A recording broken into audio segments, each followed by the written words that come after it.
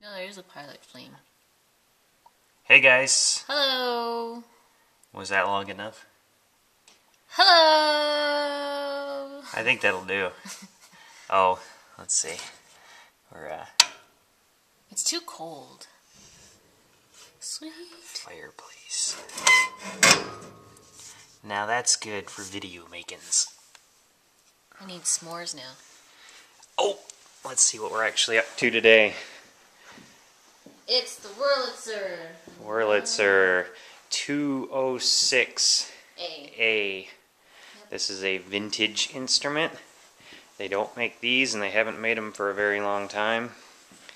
This particular one came out of the University of Minnesota, their piano lab. Yep. Because these were the Wurlitzer electronic pianos, especially the 206As, were originally designed for student pianos. So that's the one we got. And I think you can find these on eBay for about, was it $1,200? Depends. Like $800 to $1,200. If they're in good condition, $1,200. Yeah. They added this box, I think, at the university. There's the headphone and mic jack for hearing the teacher and yourself play, and for the teacher hearing you. And I think they had headsets that had both built in, and those headset plugs would go through this little box, which was screwed in, and it kept the students from being able to unplug it and run off with the headsets. Yeah. It's like those locks they now place on keyboards. I believe this switch selects which channel that this keyboard would play on. In the university lab, they had all of these student pianos, and they had one teacher console piano, and the teacher could hear whichever student channel they wanted to. I see. And I think this one selected which channel this student unit was playing on. When I was doing the research for it, I didn't ever really find what it could be. Now, did you want to take this off? We're gonna show you what's inside the base here. Let's get a couple of screws to move. Ah! The screws give me difficulty. Here's a screwdriver. Thank you. Oh, you know what? I'm tightening it. Are you doing it the wrong way again? First the clamp, and now the whirly. Lefty loosey, righty tighty. Very good. Okay, there we go. All that for one screw. So I can't pull this all the way away, but we can open it up pretty well. The speakers are attached, so this is the bus where the unit connects into the chain of other pianos in the lab, and there it goes there on its way out. And those all, let's see if I can get you guys up inside here. They go up through that unit and up into the actual keyboard itself. The spring that you see there and the cable is coming from the sustain pedal going up into the unit, and then the rest of it is just these dual 8-inch speakers. Yep. And I believe they had either up. 8-inch speakers that were rounds or... Some of them had oval ovals. speakers, some of them had round speakers. We have the round speakers.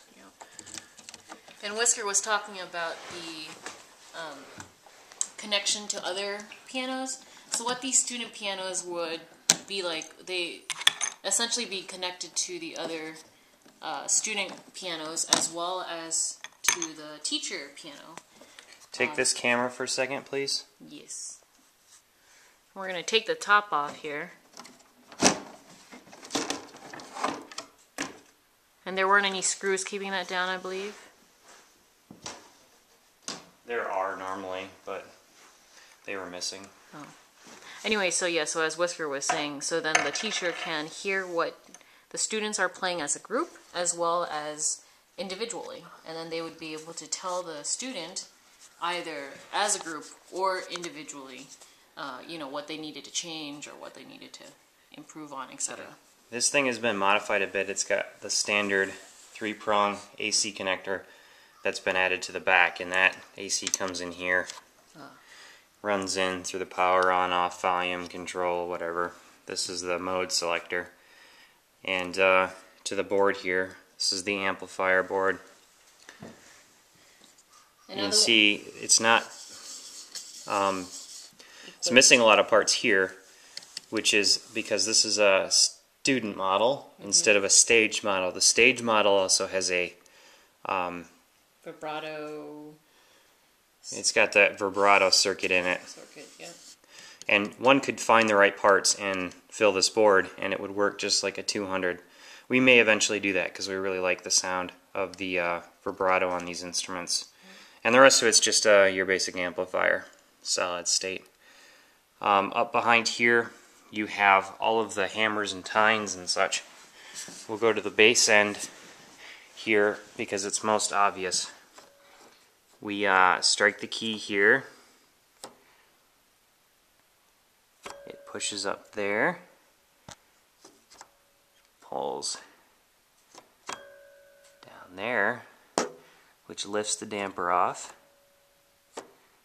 and it also throws this, which kicks the hammer up, which is hitting the tine. And that tine vibrates, and that tine is sitting in a pickup,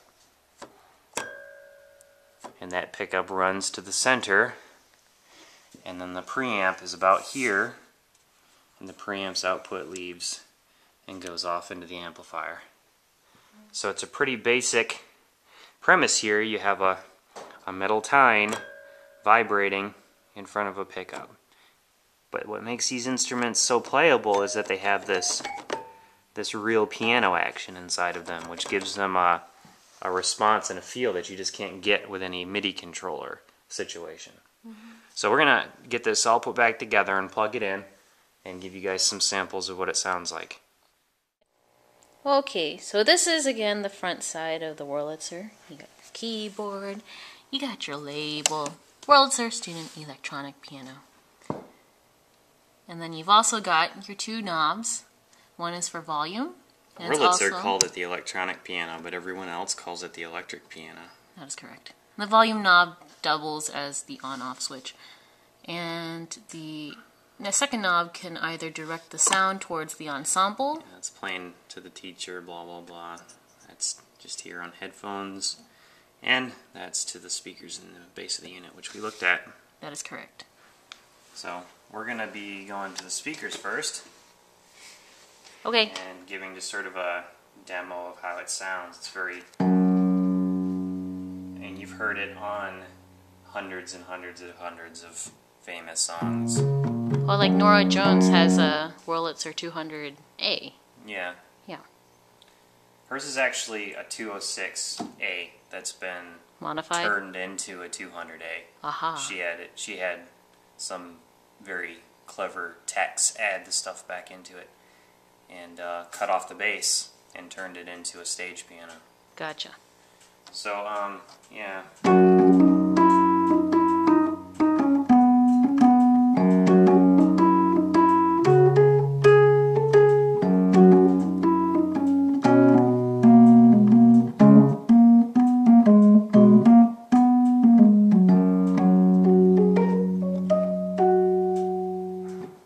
So it's nice. Yes. And smooth. We also have, which we've shown before, but we have our little tube amp over there. And if we play through that in the guitar cabinet instead, we can get a bit more of a gritty sound to it.